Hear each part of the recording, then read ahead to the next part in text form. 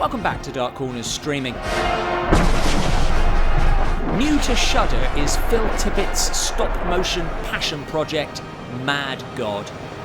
I first ran across Phil Tippett in Thomas G. Smith's book, Industrial Light and Magic, The Art of Special Effects, and I realised that I had been a fan of his work for years without knowing it. The most obvious successor to the stop-motion crown of Ray Harryhausen, Tippett animated alien chess pieces, misguided police robots, and dragons, before digital effects forced a change in his day job. Jurassic Park was actually the shot in the head that killed stop motion. It was a very big deal for me that the tide had totally gone out in my department.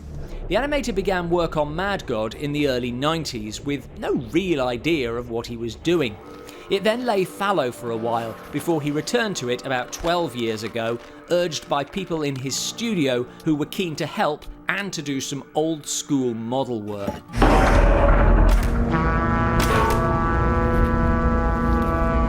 Though not exclusively stop motion, the bulk of Mad God is model animated, and it's that aesthetic that defines the movie, more than any narrative you might be able to pick out, as we follow the assassin through bizarre subterranean worlds. There are a few in-references if you keep your eyes peeled. Robbie the Robot in the foreground, Ed 209 behind, and even Harryhausen's Cyclops if you look closely. But overwhelmingly, this is straight out of Tippett's mind, a world of strange characters and creatures, of disturbing images and apocalyptic landscapes. According to Tippett, this one set took 6 people 3 years to create.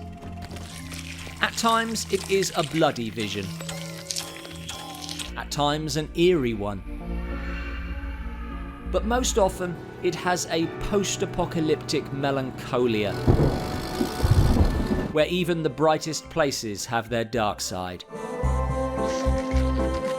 Punctuated by occasional flashes of black humour. Like Fritz Lang's Metropolis, designed by Hieronymus Bosch.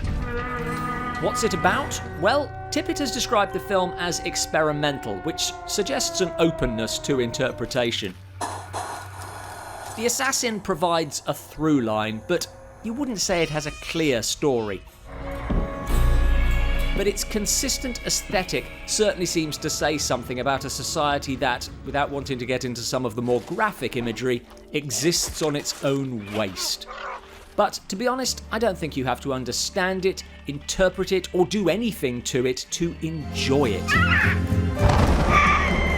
It is an extraordinary watch, unlike virtually anything else out there. But I did also find myself engaging with it and with the characters doomed to exist in this hellish world.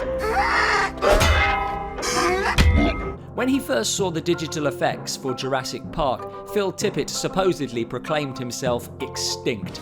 We're out of a job. Don't you mean extinct? Mad God, funded by Kickstarter and made with a small army of volunteers, proves that he is anything but.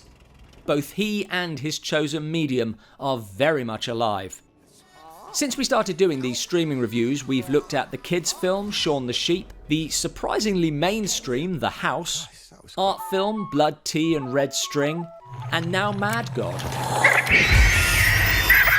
Stop motion is versatile, vibrant, and long may it continue.